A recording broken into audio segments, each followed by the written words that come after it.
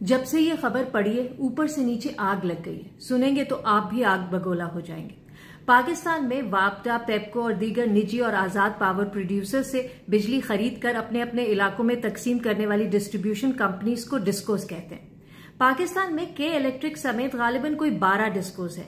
के इलेक्ट्रिक के सिवा बाकी तमाम सरकारी कंपनियां हैं। तो हुआ ये कि अभी 17 अगस्त को ये जो नेपरा है, जो पूरे पाकिस्तान में बिजली सप्लाई का निजाम देखती है, उसने इस्लामाबाद में एक किस्म की अवामी अदालत लगाई, जिसमें के इलेक्ट्रिक के अलावा मुल्क भर के बकिया तमाम डिस्कोस को कटहरे में लाया गया। पता ये चला कि इन डिस्कोस ने अपने अपने इलाकों में बिजली के पोल्स को अर्थ करने के लिए सार्फिन से जो अरबों रुपए बिजली के बिलों में लगा लगा कर लिए, वो पूरा पैसा गायब है। ये भी पता नहीं चल सका कि अगर वो अरबों रुपए कहीं लगाए गए हैं, कहीं सरमायाकारी हुई है, तो कहां लगाए गए। नेपरा को ये पब्लिक हियरिंग इसलिए करना पड़ी क्योंकि कुछ अरसे पहले तमाम डिस्को से जवाब मांगा गया था कि बिजली के हाई टेंशन और लो टेंशन खंभों और स्ट्रक्चर्स को अर्थ करने के प्रोजेक्ट का क्या बना। ये जो सब हेस्को, टेस्को, पेस्को कंपनियां, इनमें से कोई भी ढंग से जवाब नहीं दे सका। ये डिस्कोस आवाम से बिलों में धड़ाधड़ पैसे लेते रही हैं, लेकिन किसी ने भी अर्थ करने का कोई प्लान जमा नहीं कराया। नेपरा ने मुख्तलिफ इलाकों में जगह जगह छापे मारे तो इन डिस्कोस की कलई खुल गई।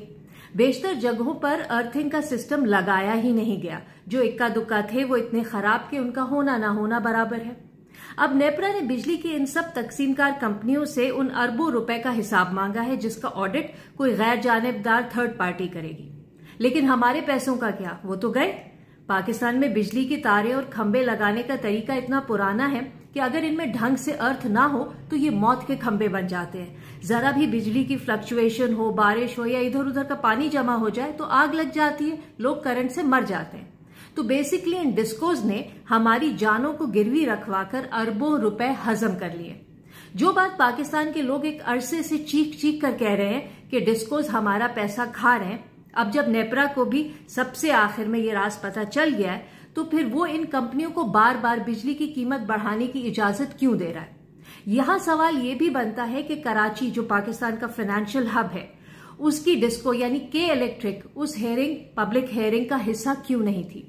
क्या वो अकाउंटेबिलिटी से आजाद है? वो क्या किंग चार्ल्स के मामू की कंपनी है जो उसे कोई पूछने वाला नहीं है? वैसे मानना पड़ेगा, जिसने भी इन कंपनियों का नाम डिस्को रखा है, ठीक ही रखा है। बहाने बहाने से नचाती रहती हैं आवाम को बस।